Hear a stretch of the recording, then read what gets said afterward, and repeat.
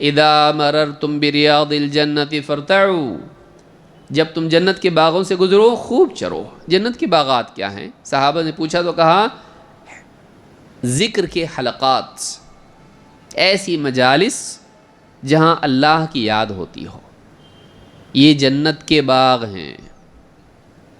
جنت کے اس باغ کا حقدار بننے کی شروعات یہاں سے ہوتی ہے۔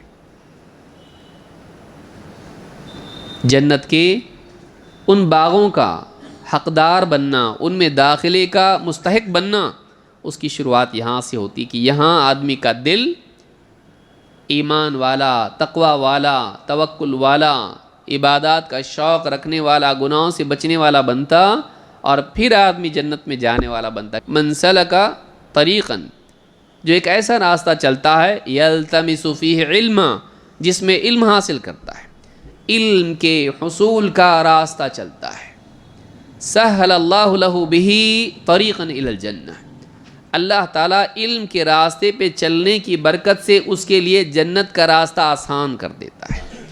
معلوم ہوا کہ جنت میں داخلے کی شروعات علم سے ہوتی ہے۔ دینی مجالس جہاں اللہ اور اس کے رسول کی بات ہوتی ہے۔ انما المؤمنون الذین اذا ذکر اللہ وجلت قلوبہم وَإِذَا تُلِيَتْ عَلَيْهِمْ آيَاتُهُ زَادَتْهُمْ إِيمَانًا وَعَلَىٰ رَبِّهِمْ يَتَوَكَّلُونَ۔ ایمان والے تو وہ ہیں کہ جب ان کے سامنے اللہ کا ذکر آتا ہے تو ان کے دل کانپ اٹھتے ہیں، کانپ جاتے ہیں، دہل جاتے ہیں، ان کے دلوں پر کب کبھی طاری ہوتی ہے اللہ کی عظمت کی وجہ سے۔ وَإِذَا تُلِيَتْ عَلَيْهِمْ آيَاتُهُ زَادَتْهُمْ إِيمَانًا، اور جب ان کے سامنے اللہ کی آیتیں پڑھی جاتی ہیں تو ایمان میں بڑھ جاتے ہیں، علم میں بڑھ جاتے ہیں، کیا کہا؟ ایمان میں بڑھ جاتے ہیں۔ اللہ اور اس کے رسول کی بات سنتے ہیں، کتاب کی، قرآن کی آیتیں سنتے ہیں، بڑھتے کس میں ہیں؟ علم میں۔ علم تو ہے لیکن اصل کیا ہے؟ گول علم کا بھی کیا ہے؟ ایمان۔ ایمان میں بڑھ جاتے ہیں۔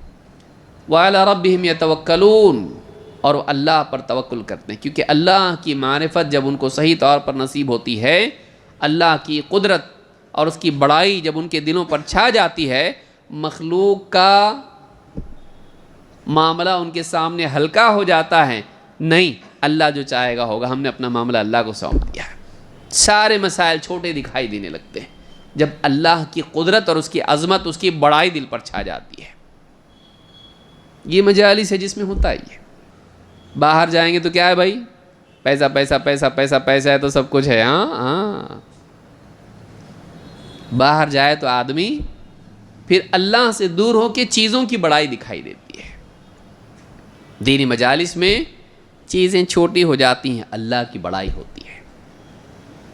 قبر میں جاتی کیا پہلے پوچھا جائے گا؟ کتنا کمایا؟ پیکج کیا تھا؟ تجوری میں کتنا تھا؟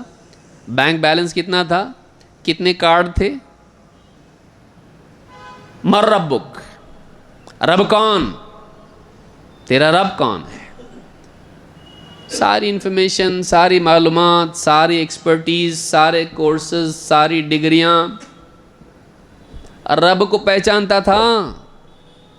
تیری ساری معلومات اپنی جگہ، رب کی معلومات تھی، اپنے رب کو پہچانتا تھا۔ اگر رب کی بڑائی دل میں نہیں تھی، رب کی معرفت نہیں تھی، رب پر ایمان نہیں تھا، وہاں سمجھ میں آئے گا کہ بھائی جو کرنا تھا وہ تو کیا ہی نہیں، میں دوسری چیزوں میں بزی رہا۔ سب سے پہلا سوال رب کے بارے میں ہے، لیکن افسوس کہ انسان دنیا میں سب کے بارے میں معلوم کرتا، رب کے بارے میں اتنا معلوم نہیں کرتا۔